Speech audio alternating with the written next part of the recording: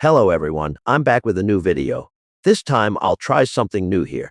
I decided to try making faster videos without cuts, without doing a lot of editing.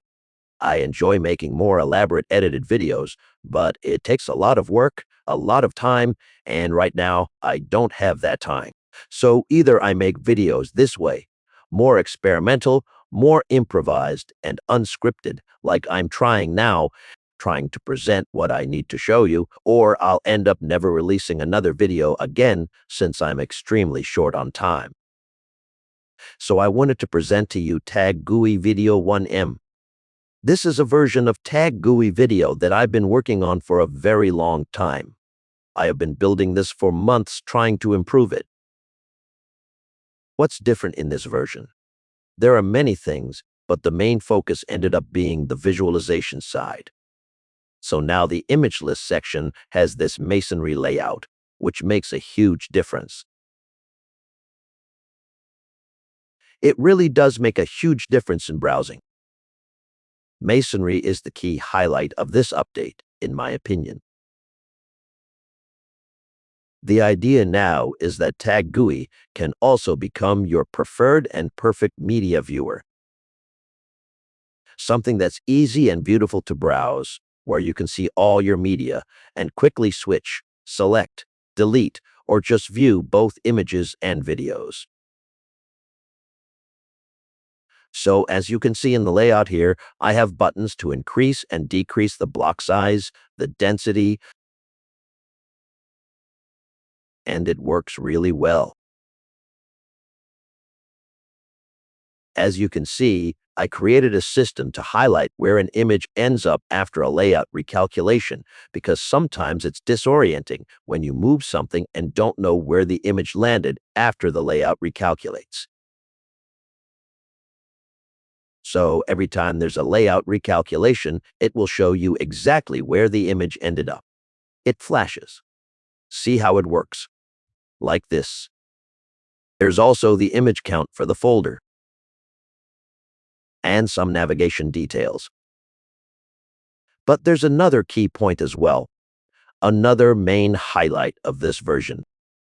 My goal was to get TagGUI working with 1 million images, at least a dataset of 1 million. And I think I achieved that. Of course, it doesn't load as fast the very first time, but I made a ton of improvements to the caching system. There's now a database. The idea is that it's very fast for searching, filtering, and general use. You can still do tagging and everything else, but now there's a database and a cache. You can also go into the options. There are many more options than before. In the cache section, you can see how much cache a folder is using. This folder, for example, has 20 megabytes of cache.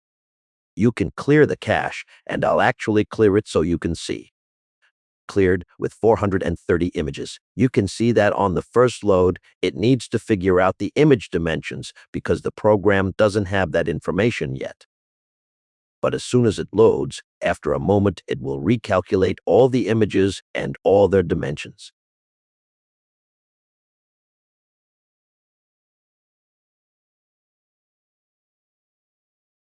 When there's a very large data set, it does this in a paginated way. There's also an option to set how many pages it will keep in the cache. I believe that's under General in order to also manage RAM usage.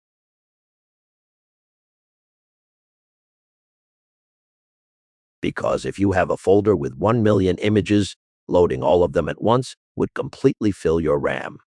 So there's a mechanism to remove pages from RAM. You set how many pages you want to keep in memory.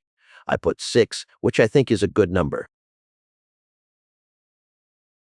So TagGUI is much more efficient and optimized now, capable of working with both small folders and very large ones.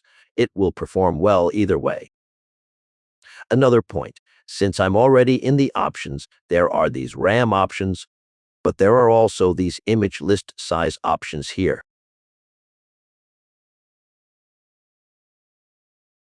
There's one in particular that I wanted to show you.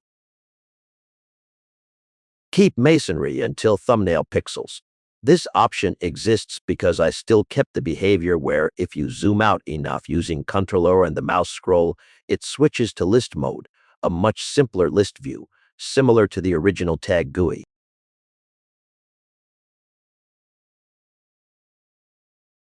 Personally, I don't love that mode, which is exactly why I spent months building the masonry layout, because I think it's much more interesting to see many images and be able to click and choose. But anyway, at a certain zoom level, it switches to list mode, and you can set the pixel threshold at which it makes that switch. You can configure this in the options. If you want it to switch to list mode at 200 pixels, it will stay in masonry until then. For example, let's set a very low limit. So now you can see I can work in list mode if I don't like masonry. It switches based on the option you set.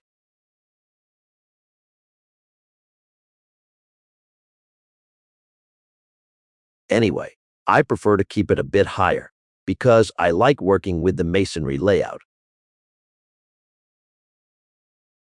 Another visualization feature, you can switch workspaces. The full masonry workspace in particular is very interesting because you can visualize your entire image database in a very visual, immersive way.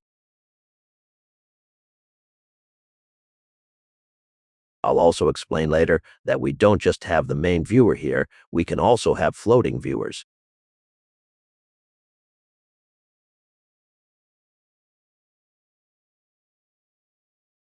You can open as many floating windows as you want.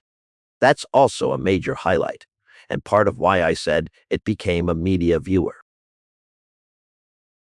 Because now you can view all your images in any arrangement you want. I'll talk more about the floating windows in a moment. But finishing up on the image list, I'll show a 1 million image dataset. But shortly before I do, I want to mention I also improved the filter.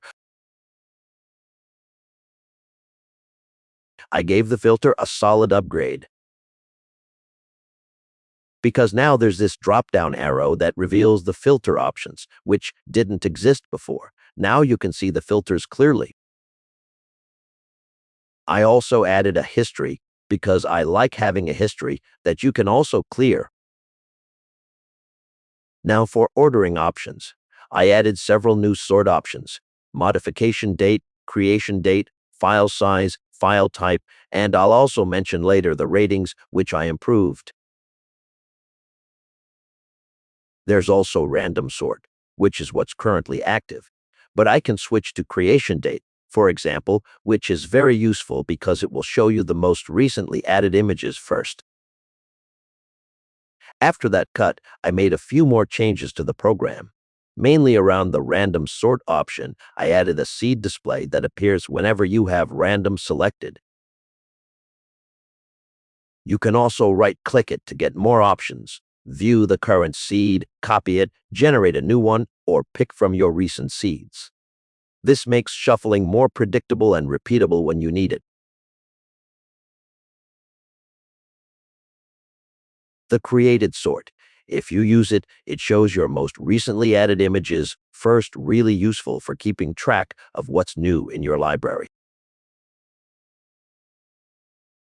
I also want to show you the 1 million image folder I mentioned. Loading it for the first time does take a while, potentially up to 15 minutes for a cold load on a dataset that large.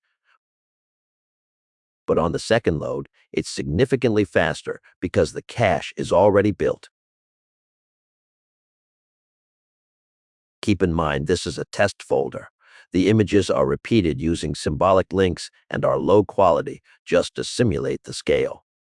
Real datasets will look better. Navigation at this scale is still experimental. There can be some jumps and layout recalculations when you move between pages. I've done a lot of work to minimize this, but please be patient. It's not perfect yet. The dataset is split into pages. with 1,000 images per page and 1,000 pages total. You can jump between pages using the navigation bar. The green highlight flash you see is the system showing you where an image landed after a recalculation, so you're not completely lost after a layout shift.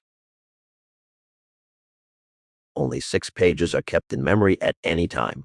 When you jump to a new page, the program loads those surrounding pages and unloads the ones you're no longer viewing. This is what causes the occasional jump. It has to rebuild the layout for the new area. I'm working on making this smoother over time.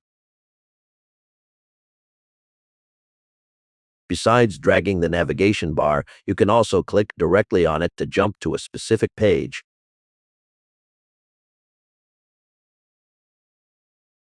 You can also jump to a specific image by index, which is reasonably fast even at this scale.